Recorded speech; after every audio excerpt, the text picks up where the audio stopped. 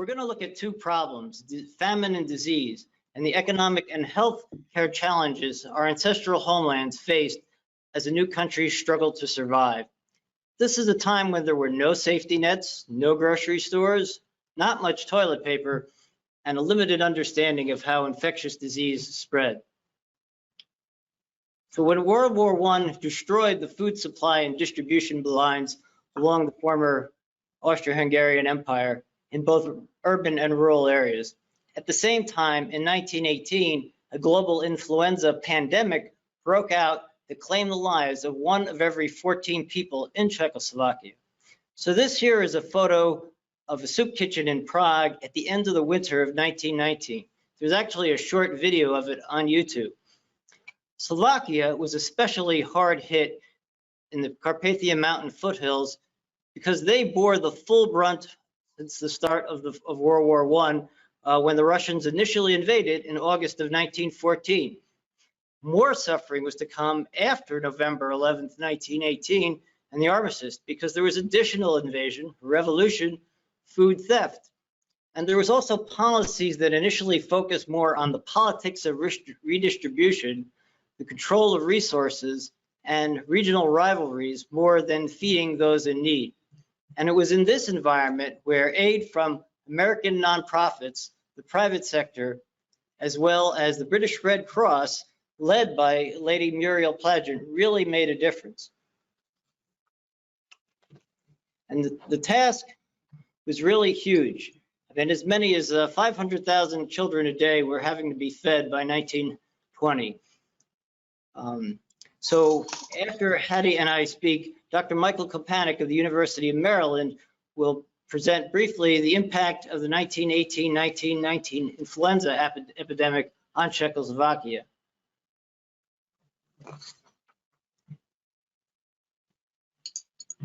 And so if we look at how the former Eastern Front of World War I was affected, pretty much there was famine all from Finland to what is now Turkey. And Romania was really the only major country in Central Europe that it was in a position to feed itself. There was a naval blockade that prevented ships from coming into the Baltic. And then that lasted until July of 1919. There was a tremendous amount that's been written about the politics of this time, the treaties, the negotiations, the ideologies, and the borders. What I really want to talk about today is the lack of food and medicine and what that meant, and how a few courageous people really made a difference by what they did and their leadership. So let's take a look at what was happening in Czechoslovakia at that time. You had an economy that even though it had 70% of the resources of the Austro-Hungarian Empire, it was a wreck. The only crop that was anything close to pre-war production was sugar beets. And we'll hear more about that in a few minutes. Most factories and food processing plants were run with coal, and then that was also in short supply. So the chart here you see is from the American Relief Administration, and it traces how many children were having to be fed. And as you can see, the peak was really acute between the summer of 1919 and the spring of 1920. Soup kitchens opened everywhere, including universities. And what the meals they were getting were not all that much. There was only 1,000 to 1,200 calories a day that children were getting at that time.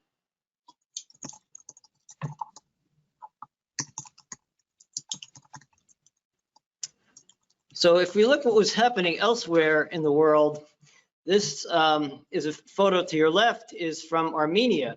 And this is actually from the General Mills company newsletter. And I wanted to also give credit to the archivist, their archives there, which also provided help in creating this presentation. If you look at the photo, the map on the right, this is Poland. And if you look closely where the darker shaded areas are, they tend to border the areas of what is Czechoslovakia and Western Ukraine. And so this is where there were the most orphans and where the food need was greatest. Other than the area around Minsk and Belarus, this was the area most in need in Poland. Unfortunately, we don't have figures that are exact as what was being kept in Poland, but it does give you a sense that the whole region was very strongly affected. And not only was food scarce, money was worthless at that time. Czechoslovakia didn't suffer as bad as Germany and Russia from inflation, but it was still more than 15,000% over this period. And to make matters worse, the people in the Carpatho-Rusin lands, when they converted the currency, they got an exchange rate that was only 10 to 1, whereas folks living in Bohemia got an exchange rate of 2 to 1. And if we look what was happening in America at that time, it's also really a period of great economic turmoil. Look at the bar chart on the left. We had 4 years of very high inflation. It was worse than what America faced in the 1970s. You had where the highest rate was only 13% in 1979. Well, you had 4 years of that right during and right after World War I. And then that was followed by a substantial recession. We would probably call it the Depression now, especially in 1920, 1921. But even though things were really bad, there were some people that really stood out for their leadership. And one of these, if you ask what single individual from America provided the most amount of support to Czechoslovakia, and that was Herbert Hoover. And really, his interest in helping Europe began in 1916 with the relief of Belgium. And grain companies across America played a huge role. Notably in Minnesota, that was the Washburn Crosby Company, which was the predecessor of General Mills.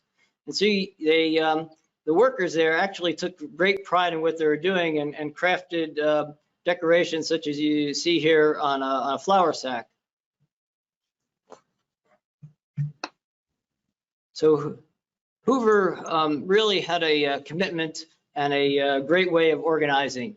And in fact, he was able to bring together Masaryk and he bypassed the agencies that were in place in the US at the time, notably the Agriculture Department and its longtime Secretary James Wilson, because he didn't like the bureaucracy. And so he went and got this private sector to work together to directly send aid. And he partnered with a number of groups in the US, including the American Red Cross, the American Jewish Joint Distribution Committee, which you'll hear about in a few minutes. They played a very significant role in two cities, Uzhhorod and Mukachevo, which were part of Czechoslovakia but are now part of the Ukraine. There are also many city organizations that helped in Cleveland and in Pennsylvania. And so if we look at what actually got sent to Czechoslovakia, it was a whole range of materials, all sorts of commodities. And if you added it all up, in today's dollars, it would be about 1.8 billion, which is about the amount of aid we are providing to Ukraine today. And as an example of the type of communication that was going on, here's a telegram that was sent in 1921 from the new Secretary of Agriculture after Wilson, this is James Wilson, left and his administration passed into the Harding administration.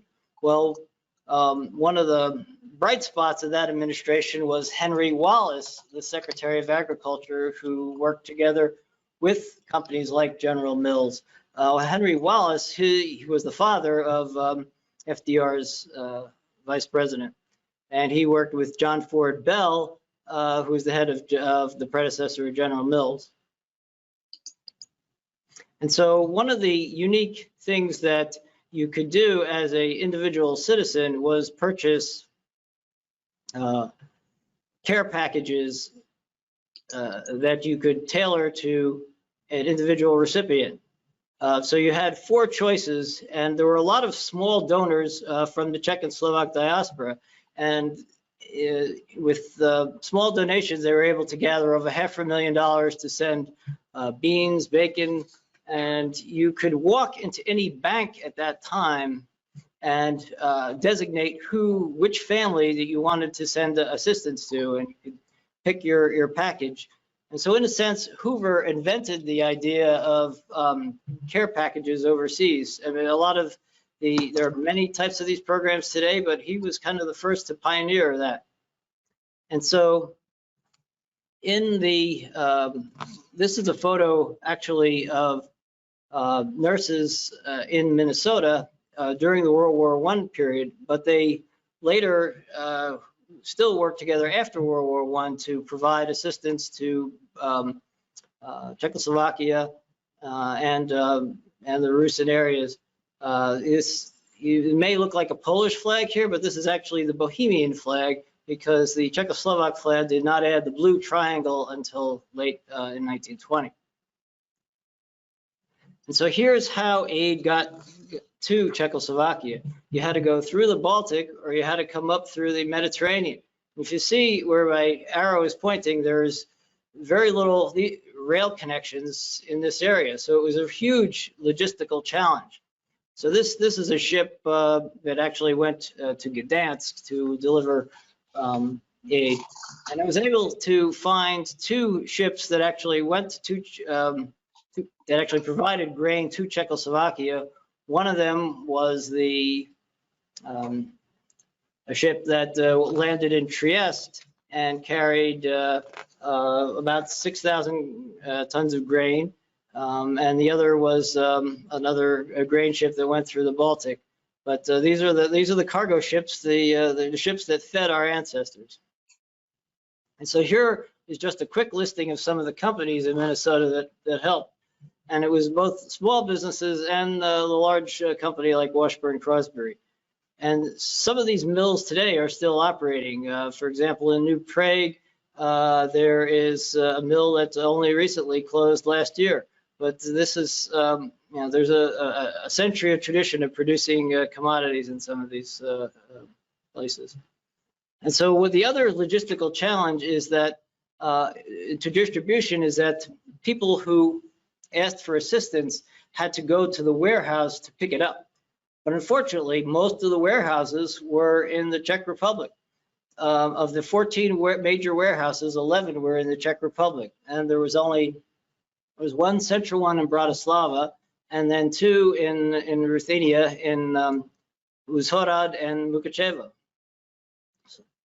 So the choices of getting assistance was not, people had to go out of their way to get assistance, even if it had been designated to them by someone in the U.S.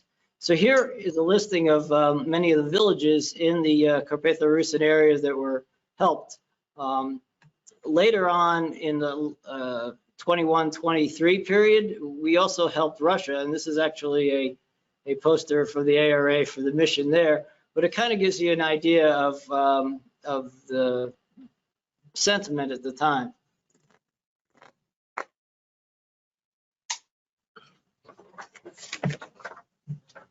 And so here I wanted to put the map in today's context of where the area of that was part of Czechoslovakia but is now part of Ukraine, where the 2 major feeding operations were in Uzhhorod and Mukachevo.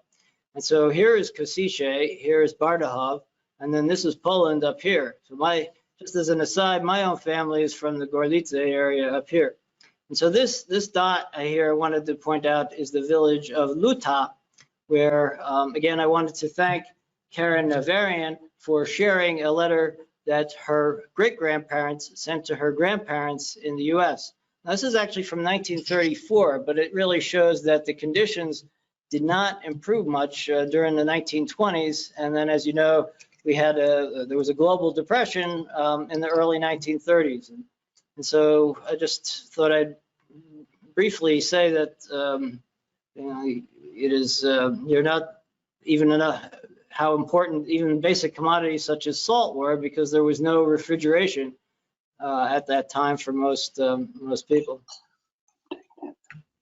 So I want to move now back to Prague and really talk about one of the unsung heroes of the situation here, and that is a guy by the name of Lincoln Hutchinson from California. he went out of his way to really understand the Slovaks' needs and communicate them to officials in Prague. And he wrote to Zurich to try to get a trade relationship developed between Poland and Czechoslovakia because there was a huge shortage of potatoes. Now, Poland at this time had a surplus, but the amount that workers were allocated on a ration basis they were getting less than half that they thought they were going to get. So Hutchinson helped facilitate this, but he found that he had a lot of pushing that he had to do. And I want to thank the Hoover Presidential Library, which has recorded all of his memos going back and forth to Poland as well as to other officials in Czechoslovakia. In the course of about a 6-week period, he just had to write about half a dozen memos saying, where's the potatoes? Because how can this trade deal be facilitated? And the Poles had set they lived up to their end of the bargain, but they found that the Czechs wouldn't turn over their sugar. So finally they did. But the context that he was dealing with was a very tense time because this was only a few weeks after the Czechoslovakia and Poland had fought a brief war in 1919. So this is again that we're talking about the winter and spring of 1919, where it's just there's a lot of border conflict and relations are not very good. But Hutchinson tried to find a way where people could work together. And one of the other aspects of the creating that actually exacerbated the food need was the land reform program that Czechoslovakia implemented at that time. Again, I want to thank Karen Varian for bringing to our attention a book called The Carpathian Diaspora, which traced the relative ineffectiveness of this program in Russet areas. And in fact, the author of that program, Dr. Jelinek, he had documented that rather than redistributing land to people who lived in the area, they actually gave it to Czech people to relocate. And again, this is the book is called The Carpathian Diaspora, and it can be found online. Again, to look a little more closely at how aid was going in, again, it was more than a year after World War I where large amounts of aid started coming in. And so for the Bratislava area, that wasn't really until November of 1919. And for Uzhorod and Mukachevo, you're looking at early 1920 before major assistance is coming through. And so this is a postcard, a period postcard of Uzhorod at the time. Again, I had mentioned earlier that the American Joint Jewish Distribution Committee played a significant role. And one of the things that they did was to bring in kosher meals, because that the initial ARA supplies and the initial supplies from Prague, this didn't take that into consideration, but they worked to get people what they were comfortable with. And this particular area was, there were many, a huge Jewish community in both major cities. That's just by historical footnote. Those communities did not survive World War II, but in the interwar period, there were still very vibrant communities. And there was also another American who's worth noting for his role there. He became governor of Uzhorod. He was a lawyer from Pennsylvania, but he also got frustrated with both the local communists and the officials in Prague. And he, after being governor of this area for a year, he came back to the U.S.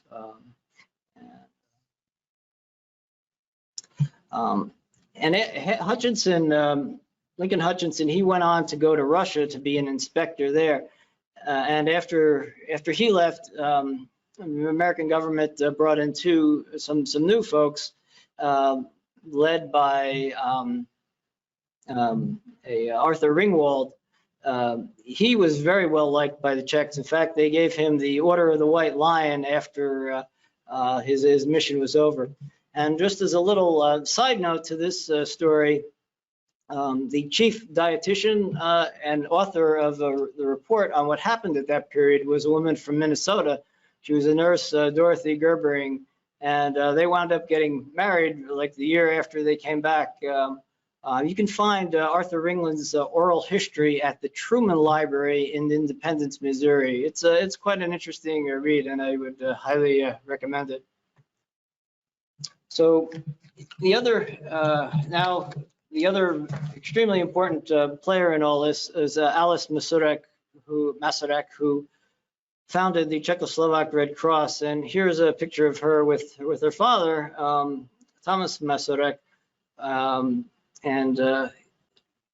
As you'll hear from Hattie, Alice played a key role in bringing Lady Muriel to Czechoslovakia.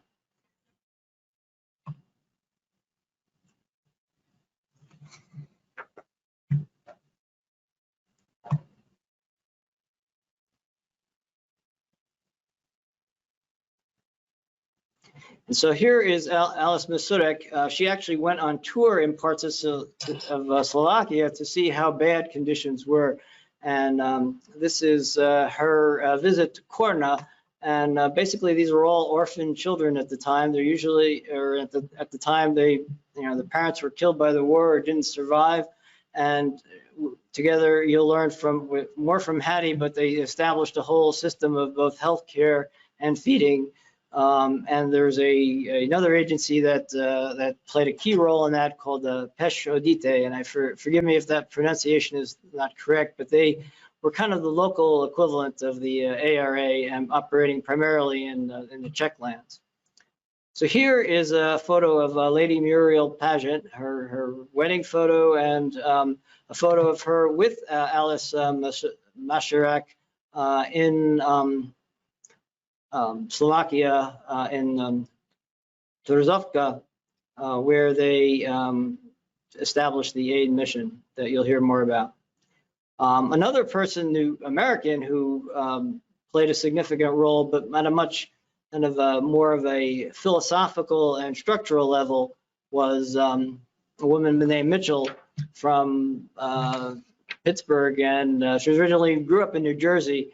But what's interesting is that she developed a very strong friendship with Alice Masurek, and eventually they set up a scholarship program back in the U.S. And many Czech women wound up going as internships and as scholars to the U.S. as a result of that friendship and subsequent scholarship program that began. So as again, you'll hear more from Hattie, but this is a picture of one of the British Red Cross hospitals which was a school that was converted at the time to a hospital to treat typhus patients. And one of the reasons we don't know more about what happened back then now is that there kind of was a desire to minimize the negative news. At the time, in 1919, Czechoslovakia was also being invaded by Hungary. And as you'll see in a few moments, they didn't want, there was a problem collecting the data, but then there was also a huge problem getting the information out. And I just wanted to quickly share a few more photos of what some of the operations look like. This was a soup kitchen, kind of you'd call it an early version of takeout. It was meant to feed adults in some of the rural areas. And then this is a picture of a typhus patients. Unfortunately, the main mode of transportation there was horse-drawn carts, and typhus was a particularly fatal disease. It's transmitted by ticks and lice, and And more than half the people who contracted it died. And this is a award in one of the hospitals there. As we're moving to eastern Slovakia, one of the food problems was that they had no railroad cars to transport food, and part this was because after the Hungarians invaded in the spring and summer of 1919, they took all the food and all of the railroad cars, at least those that were working, back to Budapest. So Czechoslovakia had to wind up getting, they had a huge shortage of locomotives, and they had to go to Austria and other places to try to get trains just to get the food to where it needed to go. If there's a really bad person in there, who is responsible for denying people food, there's hardly somebody who comes out worse looking than Bela Kun, who is the communist leader of Hungary at the time. He went against the Versailles Treaty and invaded Slovakia. But even after he was run out of Hungary, he then went to Russia and then helped Lenin and later Stalin take over Crimea in the last stages of the Civil War there. And so here is a photo of Košice and Prešov being liberated from the Hungarian invasion. This is actually on the photo on your left is actually French troops. There was a French Foreign Legion actually helped the Czechoslovak Legion free the area. And so just to see how bad the invasion was, there was a brief period where the Hungarians had established a Soviet-style regime for about a few weeks in Slovakia, and they made it a condition in order to get food, you had to be a member of the Communist Party. And they also decided they were going to close down all stores to take inventory. This is in June of 1919. And they also nationalized the banks and seized farms. And it's even worse than today that they prohibited alcohol sales completely during that period.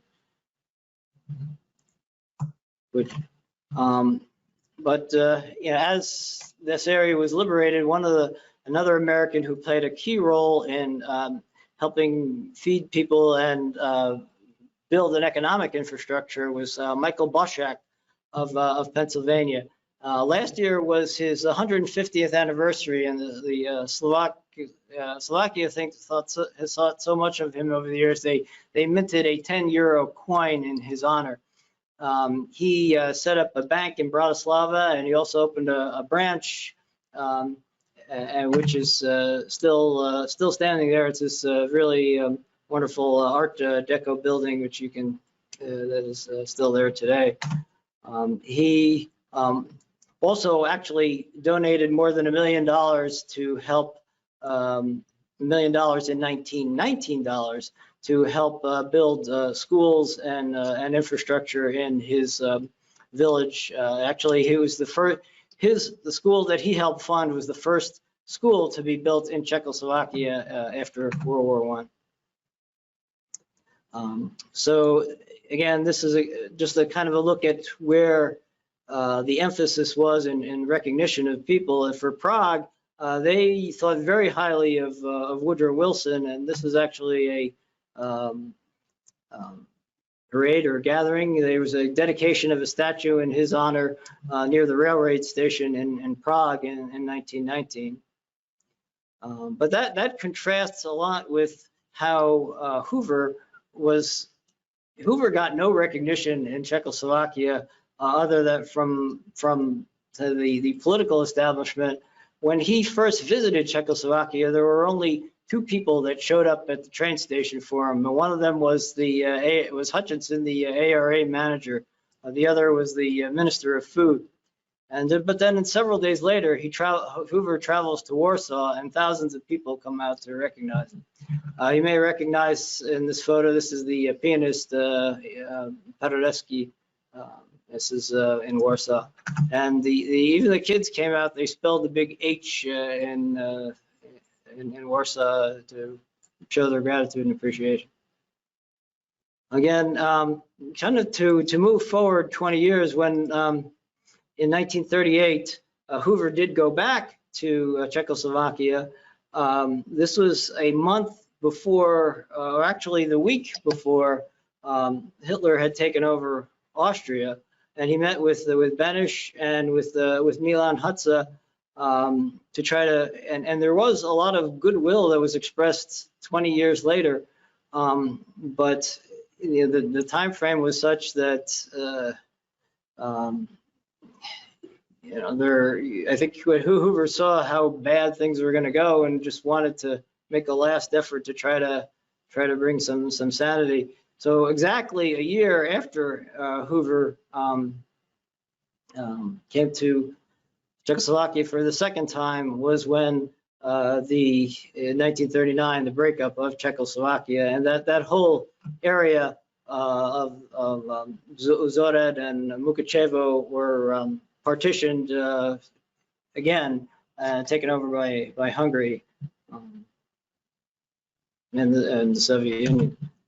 So with that, I wanted to did want to end off on a positive note, in that the legacy of both of the work that Lady Muriel and Hoover did is the modern Slovak Red Cross and the Czechoslovak Red Cross. This is a cover of their magazine for their 100th anniversary issue a couple years ago.